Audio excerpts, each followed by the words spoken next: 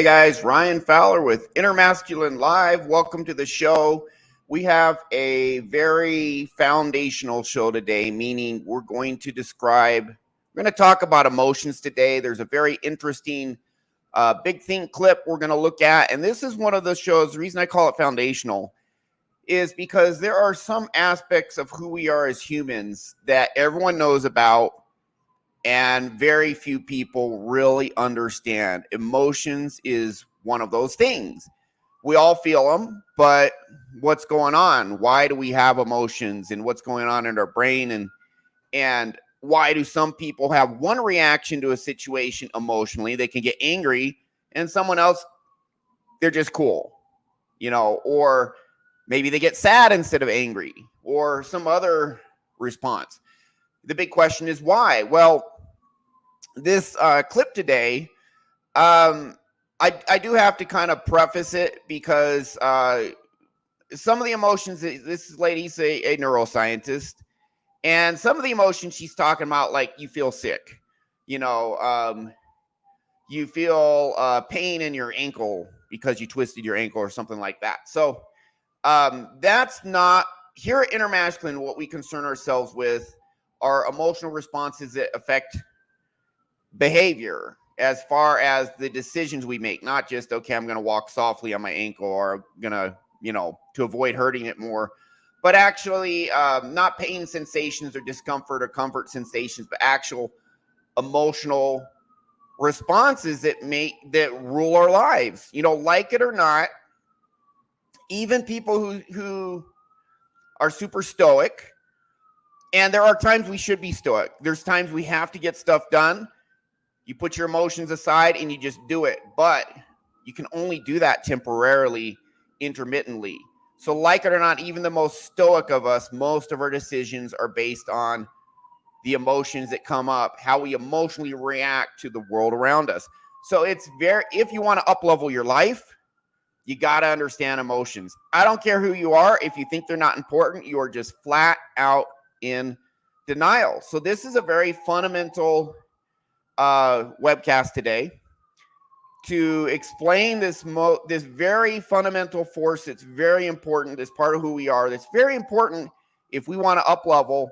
One thing I say is, we talk in the more or less red pill space. I mean, I consider myself broader than that, but the red pill is just the truth. And the manosphere, we talk about how to up level as men, and that's certainly something I'm interested in. They talk about alpha males and beta and all of that. And what I'll say, an alpha male does not suppress his emotions. An alpha male does not run away from his emotions. An alpha male masters his emotions, because that's going to lead you to mastering your life. So this is very important today. Everything we're going to get into. And honestly, I think it's pretty, it's pretty interesting to see how we work as humans. So, but before we get into that, you can notice in the bottom left of my screen, innermasculine.com/free ebook. And guess what? This ebook goes into more detail about the emotions that hold us back, keep us stuck, and how to master them, how to actually, it's not, there's two ways to take this. Number one is when bad emotions come up that don't serve us, how do we manage them? That's important. The ebook's going to cover that. But also, how can we actually reprogram ourselves so that in a given situation, we have an optimal emotional response, not an adverse emotional response. Someone gets in your face, you stay calm, cool, and collected instead of just blowing up into a rage, for example. It's not just, I have rage, I'm going to control it. It's, I don't feel rage in this moment. I used to. Now I don't. Now I have a different response. This is all tied to the subconscious. This lady, she doesn't use the word subconscious, but the latter half of this video, she starts talking about the subconscious. I'm going to point it out. Yes, you actually can sometimes very quickly reprogram your subconscious mind so you have different emotional feelings, responses. Reprogram it so you have optimal responses that serve you, that move you forward, that help you handle things calmly when necessary. Maybe sometimes it's appropriate to get angry and then handle it in that way, but you can also get the best of you. So My ebook explains these fundamentals in even more detail, covering even more topics than this video today. But this is an important video. So if you want the ebook, it's no charge. Just go to innermasculine.com/free ebook, enter in your email, and you get instant access. And you can see it right here. You can see everything that we cover here. What is a subconscious program? How they develop, how they affect us, the 5 types of trauma. How is our subconscious affecting us as adults? Why do we self-sabotage? Why do we procrastinate, have anxiety when the anxiety keeps us from doing what we want and need to do in order to up-level in life? You know, our core identity, all of that. So great ebook. It's a 1-hour read. It's about 30 pages. And so I encourage you to get that. Okay, so we're going to dive into this clip today. Not going to be a super long show. I have a session in about 40 minutes. But I really find this stuff fascinating. I think you guys will too, because if you want to up-level your life, you got to start here. You start with inner game. When you're up-leveling your life, if your inner game is bad, you can't up-level. I'm sure there's people watching this right now who are like, oh, damn, yeah, you know what? I have anxiety holding me back. Give me just a moment. Turning off the sound on my phone. There you go. Some of you probably watching this saying, yeah, every time I have work to do, I feel this resistance and I just want to play video games instead. You know, procrastination. 95% of people have procrastination to some point. I would say my procrastination is 1 out of 10. You know, I almost never procrastinate. Or maybe if I do, it's like a tiny bit. It's like, okay, I get it done a little later in the day. I used to procrastinate a lot worse.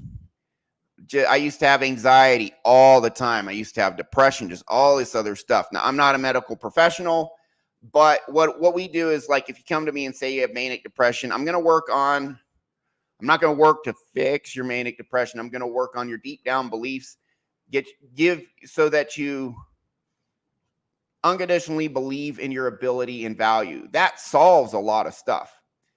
But I think we'll just play the clip and I'll comment on it. But I think a lot of you people here watching this show, like, you know, there are things I want to do and I just feel a resistance that keeps me from doing it. Well, we're going to go into what all of that is about today at a foundational, fundamental level. So let's see. I got a comment here real quick. P-Dubs, hey, my man. Loyal follower, P-Dubs. Red pill up, brother. All right, so let's dive into this clip. And then I'll comment here and there. And so here we go.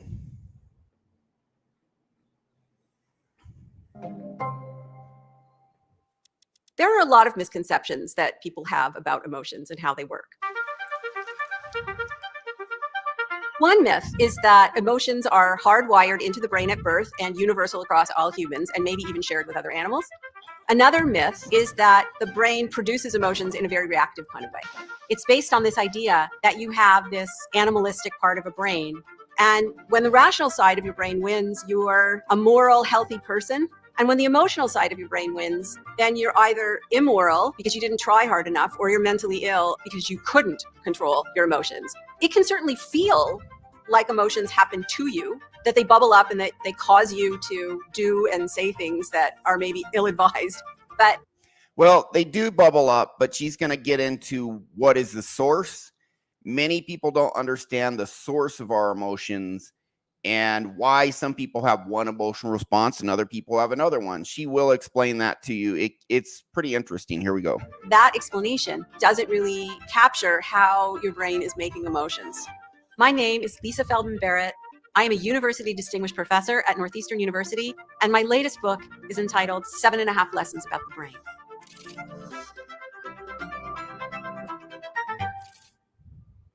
I've been studying emotions for about 30 years. So right off the bat, I should tell you, scientists don't agree on how to define emotion. Like, everybody agrees that we have emotions, but nobody can agree on the definition of what an emotion is. So there's great variability in emotional lives. Some people float in a sea of tranquility. They're kind of mild and easy to deal with. Other people tread water in a tumultuous sea of emotion. They're constantly having intense experiences. They feel as if their emotions control them instead of them controlling their emotions. But all of that experience, that emotions are events that happen to you that you have to deal with, is an illusion that the brain creates. So, for example, Yeah, so part of our emotions, is based on our physiology. There's some variability there, but really 90% plus is going to be based on some things she's going to be talking about later. And yeah, why is that? Why are some people super calm and other people are like a drama queen or whatever? And guys can be that way too. Why? Well, let's get into that. It's not genetics. It's not mostly genetics. It's mostly something else. We're going to dig into it. Something happens in the world. It triggers that ancient inner part of the brain, emotion circuits deep in our inner beast, and then we react to what's occurred in the world. But that's really not what emotions are, and that's not how they work. So how would you define it? She doesn't say subconscious, but she's going to start talking about the subconscious. I'll point it out. And that's really where the root of your emotions are, or why you feel a certain way in a certain circumstance. We'll keep going. Instance of emotion. The way that I would say it is like this. Your brain is always regulating your body. Your body is always sending sensory information back to your brain, like how much glucose, how much oxygen, how much salt, what's the status of almost every metabolic factor that keeps you alive and well. And your brain isn't wired in a way for you to experience those sensory changes specifically. Instead, what you experience is a summary. And that's where those feelings of pleasantness or unpleasantness, comfort, discomfort, feeling worked up or feeling calm and quiescent, that's where those simple feelings come from. So is that an instance of emotion? Not exactly. And this is where it gets a little confusing. Right now, she's just talking about, I have an upset stomach. My body's giving me feedback, that things are off. Or I don't feel too well. My body's giving me feedback. There's a hormonal imbalance or something like that. These are simple feelings she's talking about. That is not what we primarily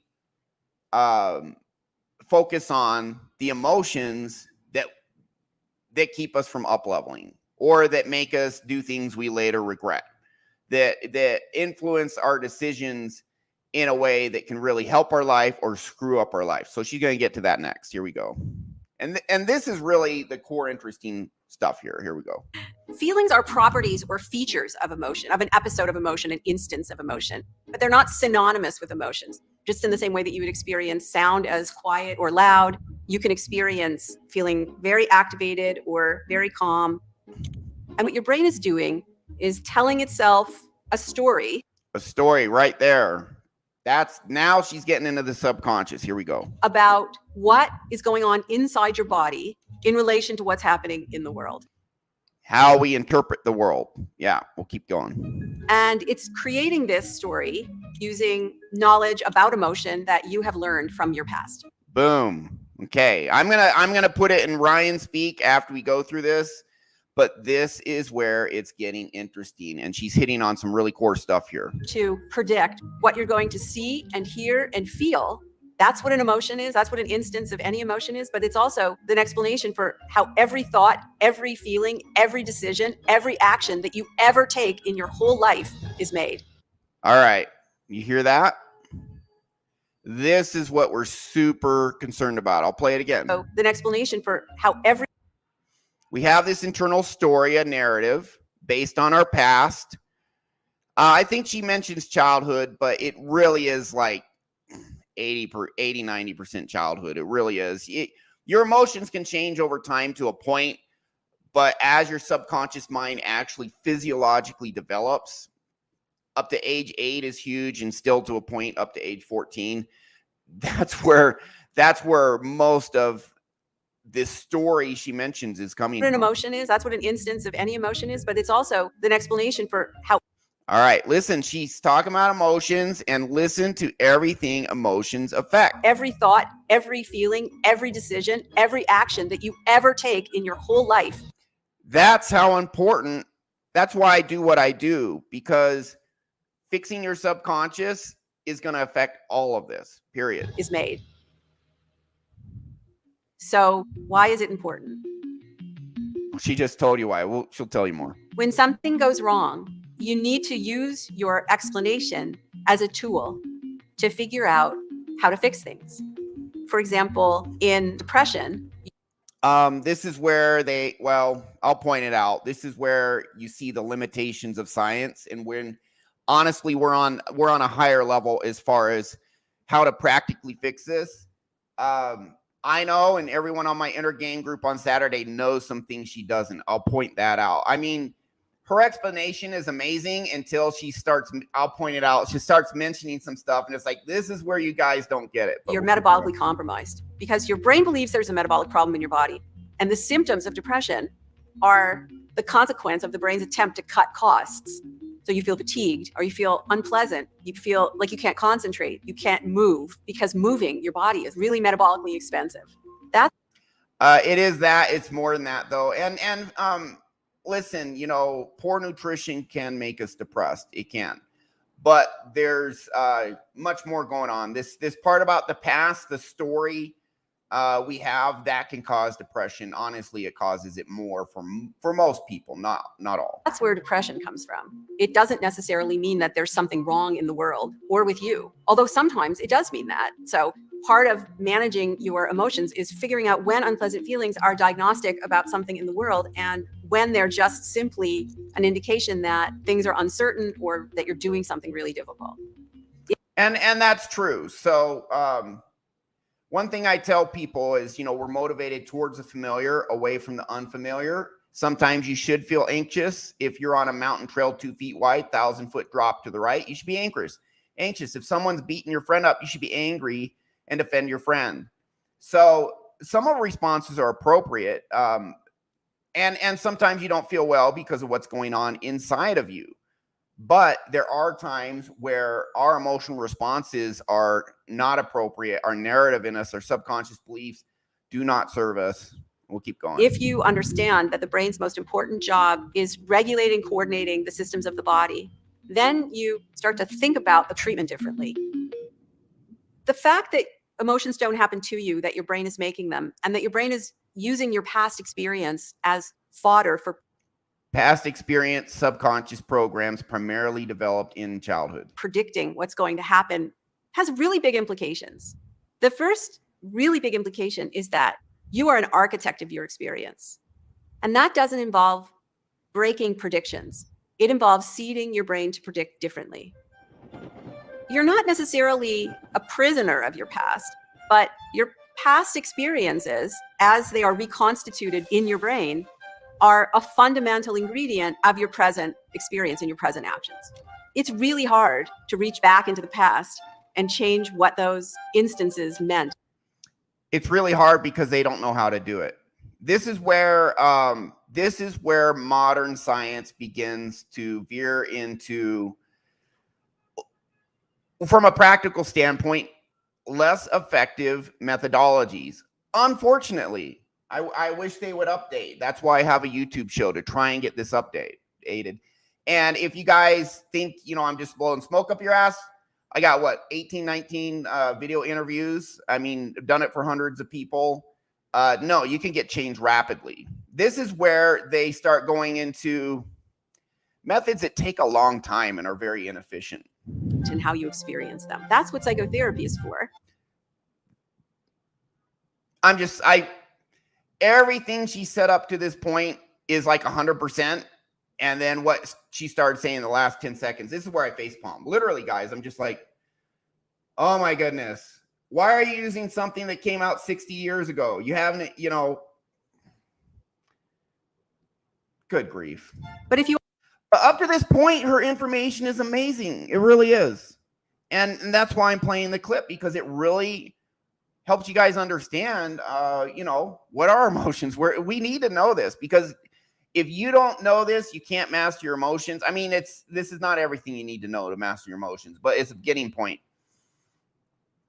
And If you don't know this, you can't master your emotions. If you can't master your emotions, you cannot get where you really want to be in life. You understand that every experience And your ability to be happy and confident and all those other good things is impaired unless you were fortunate enough to, hey, if you're raised in a good family where your parents gave you confidence, gave you love, you grew up well adjusted, good for you. The majority of people did not get that at an optimal, the vast majority, almost everyone didn't get it optimally. And a lot of people didn't even get it close to optimally. So if you're struggling along those lines, you have to understand this stuff. Level 1, but you got to get to level 2 and 3 to actually start fixing it. And that's why I have a show. you have now That's why I have my ebook for free. It explains this in greater detail. becomes part of your brain's ability to predict. Then you realize that the best way to change your past is to change your present. I would agree with that. I used to have really bad manic depression, as many of you listeners know. It was rated extreme. The manias were mild, depression was extreme. The general anxiety disorder, complex PTSD, anger, rage, bitterness, hopelessness, all of that. And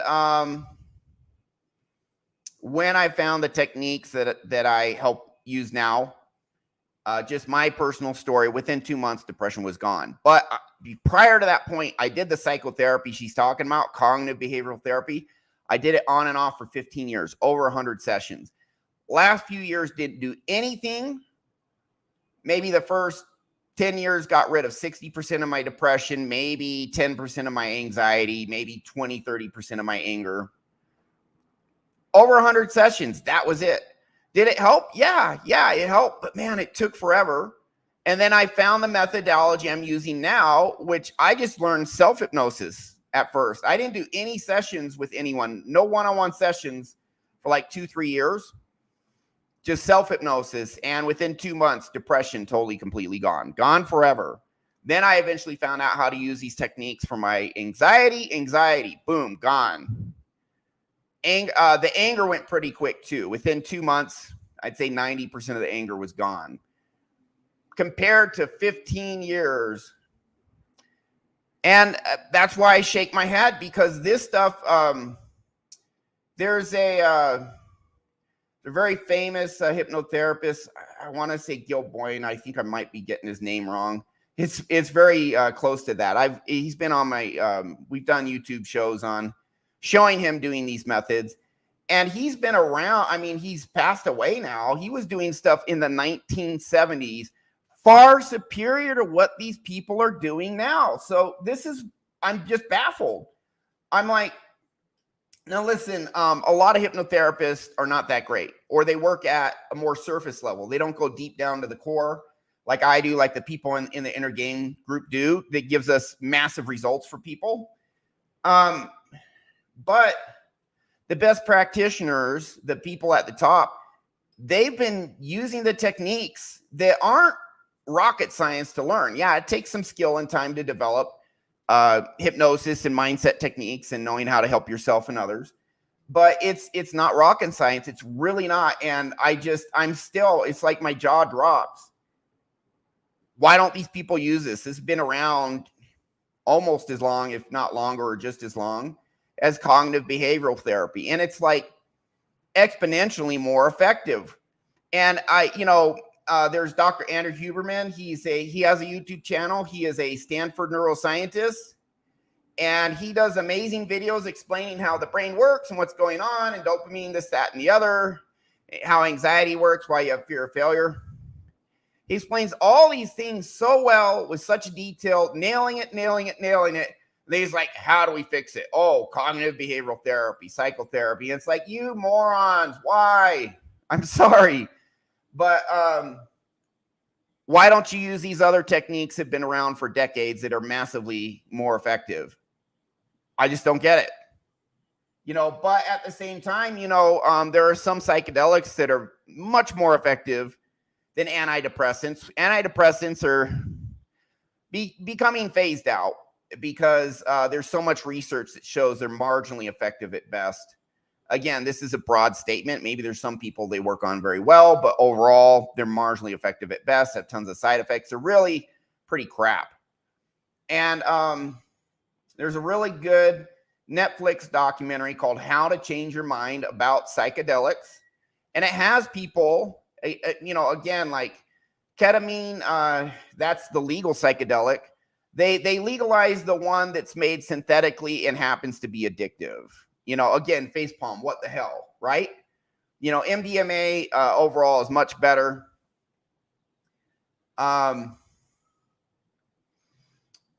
These psychedelics, universities were doing research on them in the 1960s and getting amazing results,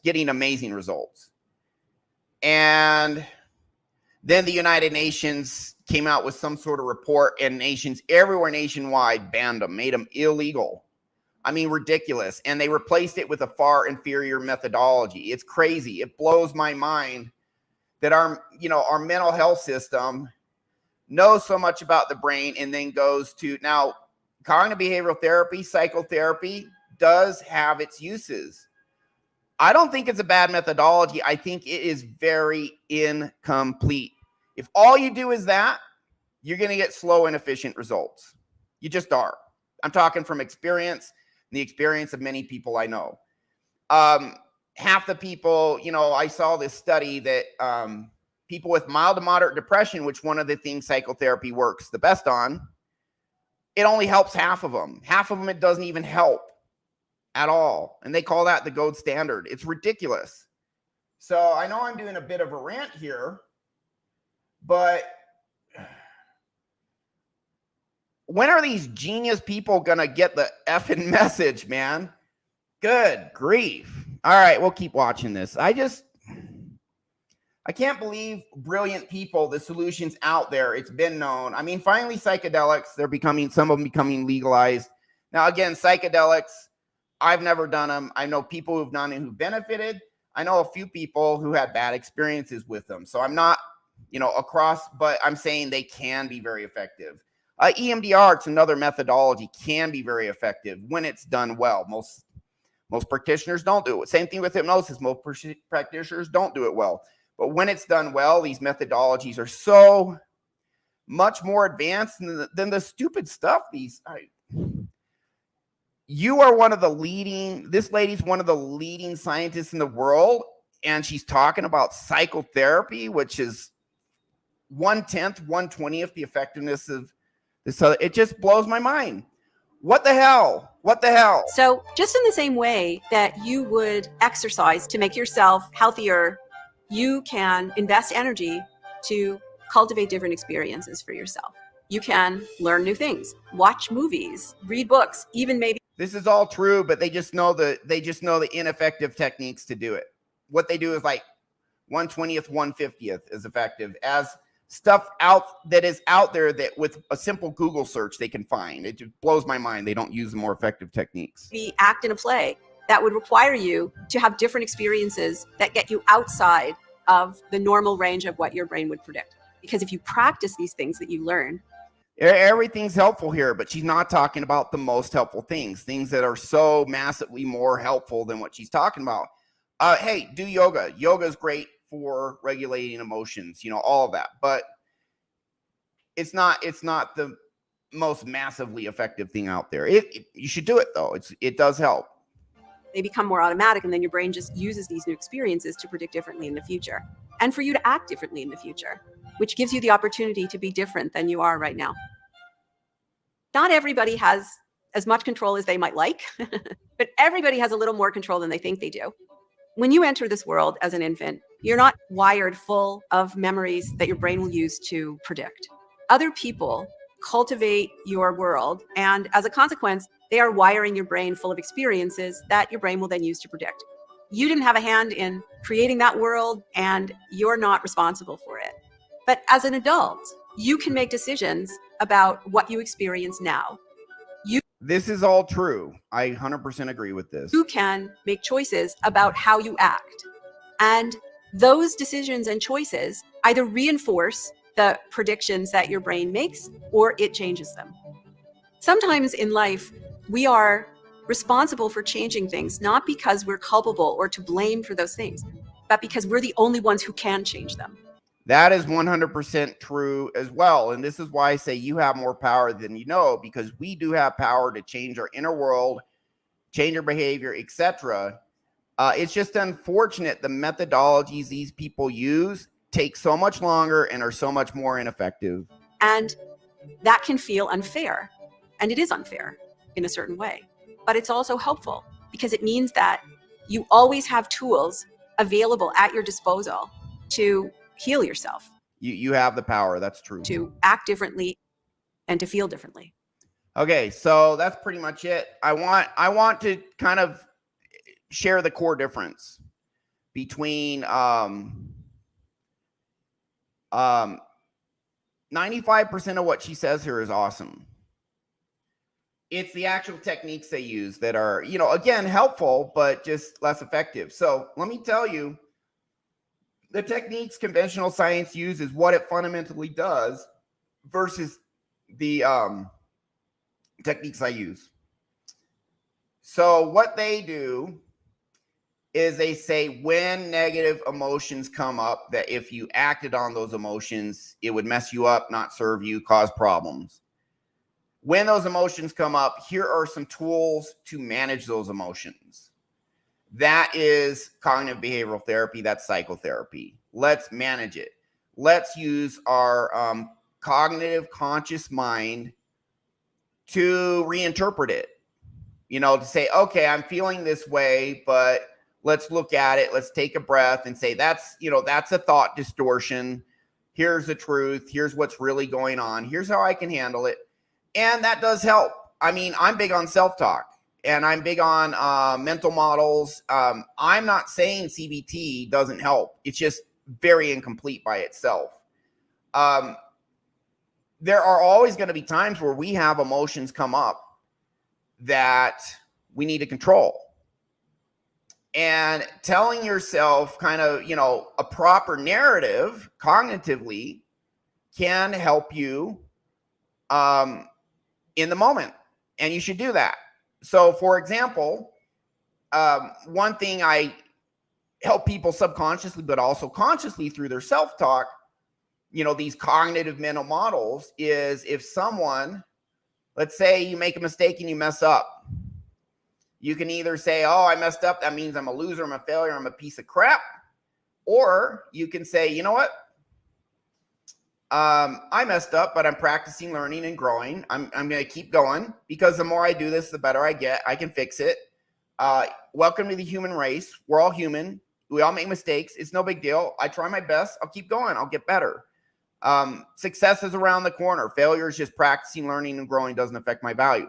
So when you mess up, if you have toxic shame in you, if you have a story in you that she was talking about based on your past, it's not just based on your past experience. It's based on, as a child, when things happened to you in the past, what did you tell yourself it meant?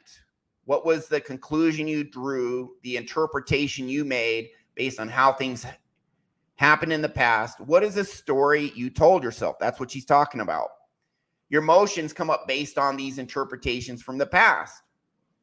In the present, when something in the outside world is a match for the story, the belief system, the subconscious program in you. So if you got a bad story in you, when it comes up, you can modify that story by what you tell yourself in the moment with different tools and things. That is basically CBT, more or less. When this stuff happens, tell yourself a new story. Now, if you keep telling yourself the story anytime the bad emotions come up, I mean, emotions that don't serve you, that's what I mean by bad. The emotions where if you acted on these emotions, did what the emotions wanted you to do, it would not be optimal, wouldn't help you, could greatly hurt you.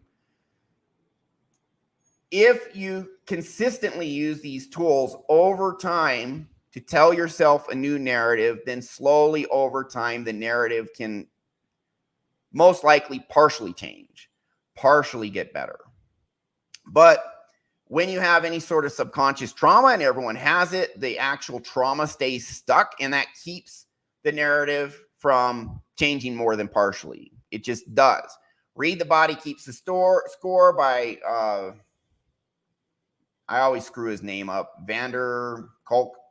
It's on Amazon. It's a long book, but it talks about how there is actually physiological trauma trapped in different parts of our body tied to these stories and narratives. I wish she would have mentioned that, but I don't think she's just talking about emotions in general, not trauma-based emotions. Anyways, unless that is specifically healed, you will never completely rewrite the narrative, partially at best over a long period of time with CBT.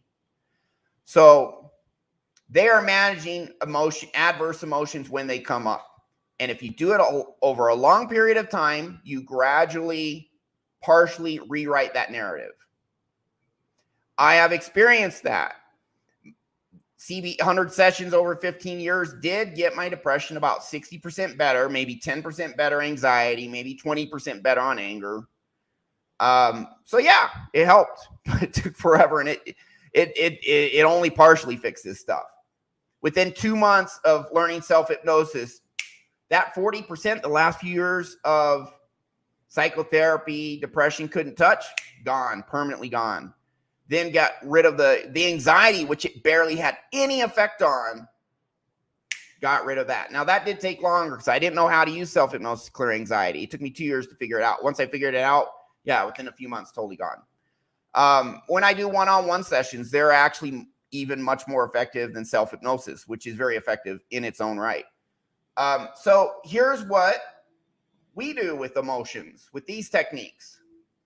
We actually rewrite the story. You can actually, so here's a story, and then your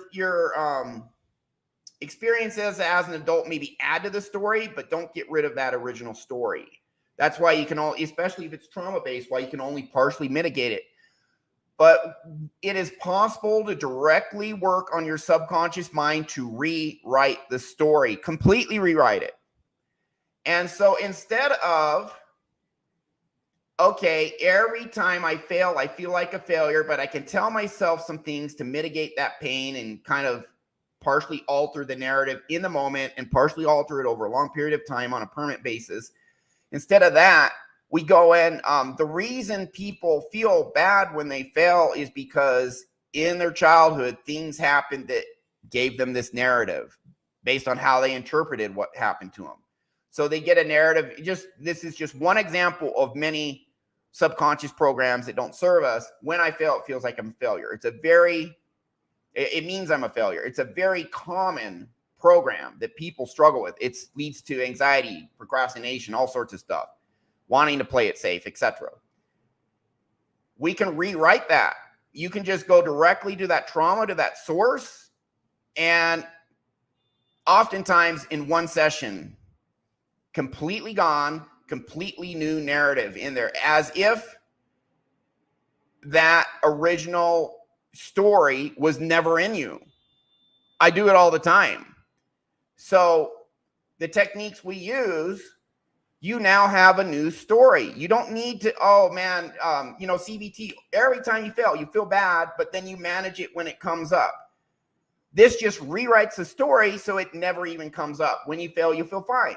You're like, hey, I'm just practicing, learning, and growing. You literally have a new narrative in you. And the trauma, the painful emotion that was tied to that gets triggered every time you fail, the trauma's gone. That's the difference. I wonder how long it's going to take for these people to finally figure out you can do this. I don't get it. Why don't they know this shit? I don't get it. Blows my mind. So, the universities have failed us. I'm sorry, they have. I mean, yeah, they teach a lot of good stuff. You want to learn engineering. Listen, I used to have a goiter in my neck. Mainstream medicine took the goiter out. It helped. I used to have a very bad herniated disc. Surgery fixed it. So CBT did help me to a point.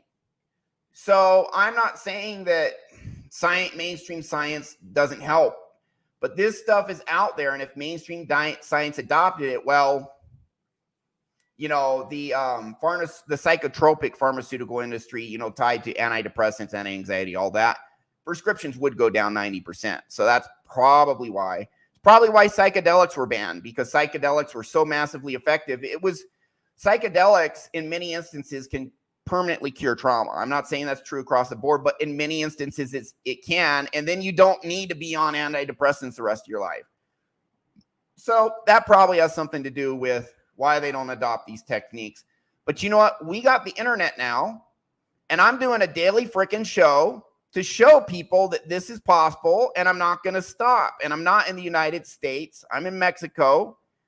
You know, I have disclaimers. Listen, I'm not a medical professional. I do all the disclaimers. I'm not going to treat your diagnose this, that, or the other. I'm just going to help you believe in your ability and value. You know, a football coach does that. Helps his athletes believe in their ability and value, and then they up level. But I use extremely effective techniques that football coach doesn't have. And I'm not going to stop, because every day I have people telling me, thank you. You've changed my life forever. I mean, it's so fulfilling to see that. John MLD, I was on his show last night. I changed his life forever. Or I showed him how to change his life forever. He does the work. I show people what to do. I changed my life forever. I wish to God these so incredibly smart people would learn and adopt this quicker. I don't know why they don't, but you know what? If you want something done right, do it yourself.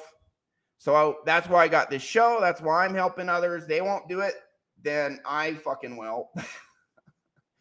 And really, if you guys want to up level, you know, I'm showing people what to do, but you guys, if people come to me, they do the work. I show them what to do, and then they do it. So ultimately, the power is not with me. I'm just kind of shedding a light on what to do, but then people do it and they heal their own core. And extremely powerful, extremely powerful. I mean, if you saw me, you can go on my old website, pfshield.com, my old day job, watch videos of me from like 15 years ago. Click on the www.pfshield.com. Go there, click on the video section, watch videos of me from 15 years ago. My energy is so much different from then to now. I'm like this timid guy. Oh, please don't hurt me. You know, just weak energy, very smart. I'm still very smart, but look at it then compared to now. You know, I used it on myself. That's why I believe on it. You can use it on yourself. You can fix yourself too. It's up to you. You know, you see these people with the victim mindset and they're blaming everyone around them. They're saying these other people, I'm powerless until these people do what's right. That's a victim mindset. But no, you don't need other people to fix you. You can fix you because you're the one with the power. You have more power than you know. That's our show. Thank you.